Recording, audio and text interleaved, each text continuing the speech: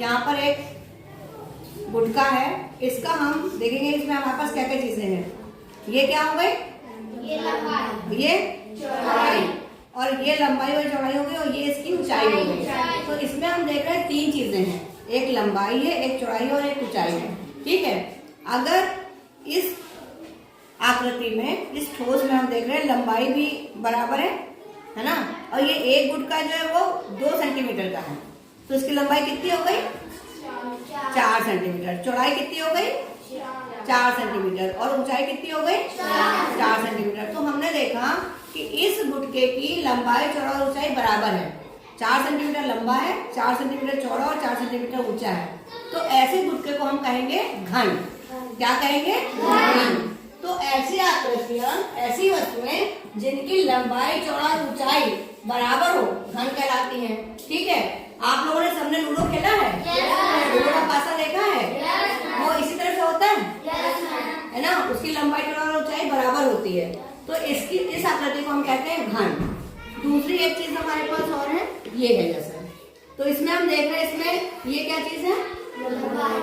ये चौड़ाई और ये ऊंचाई। तो आप देख रहे हो लंबाई ज्यादा है, चौड़ाई उससे कम है और ऊंचाई उससे कम है। तो इसमें हम लोग यही देखते हैं, क्योंकि हमारे पास एक गुटका जो है वो 2 सेंटीमीटर का है, तो लंबाई इसकी कितनी जरा देखें, 2 ये 2 4 6 8, यानी कि लंबाई कितनी हो गई? 8 सेंटीमीटर। चौड़ाई कितनी हो गई? 2 4 6 सेंटीमीटर। और ऊंचाई कितनी हो गई? 2 4 सेंटीमीटर। तो आपने देखा इसकी लंबाई है 8 सेंटीमीटर, चौड़ाई है इसकी जो है 6 सेंटीमीटर, और जो ऊंचाई है वो उसकी है 4 सेंटीमीटर। तो आपने देखा कि लंबाई अलग है, चौड़ाई अलग है, ऊंचाई अलग है, लेकिन ये है घन जैसा ही, लेकिन इसकी लंबाई, चौड़ाई, ऊंचाई अलग अलग है। तो इसको हम घन नहीं कहेंगे, इसको हम क्या कहेंगे? घनाभ कहेंगे।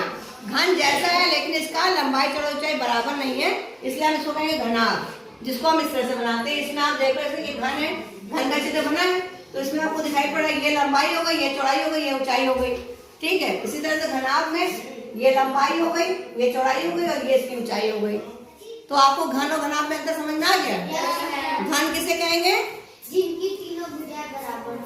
हाँ, जिसकी तीनों भुजाएं यानी कि लंबाई, चौड़ाई, ऊंचाई बराबर हो, उसको घन कहेंगे। और घनाभ किसको कहेंगे? जिसकी अलग अलग, हाँ, भुजाएं तीनों चीजें हो, लंबाई भी हो, चौड़ाई भी हो, ऊंचाई भी हो, लेकिन बराबर नहीं हो, तो उसको घनाभ कहेंगे। घनाभ का उदाहरण आप लोगों ने घर में देखा हुआ है, क्या होता है घनाभ जैसा? बक्सा होता है, और क्या होता है? डस्टर होता है, और बहुत सारी और चीजें भी होती है, जैसे अटैची है ना, या दवाई के डिब्बे हैं, उस तरह के भी हो सकते हैं। तो आज हम जानेंगे इसका, और ये जो